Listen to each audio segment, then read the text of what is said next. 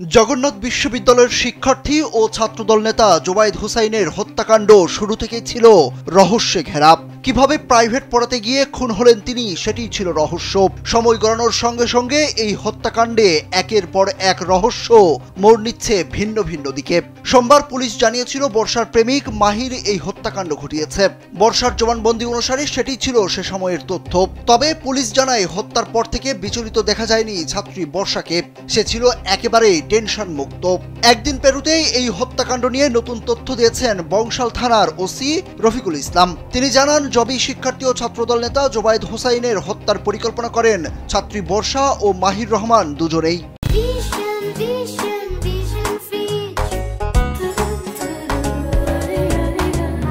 হত্যার দিনে মাহিরের সঙ্গে তার আরো দুই বন্ধু ছিল।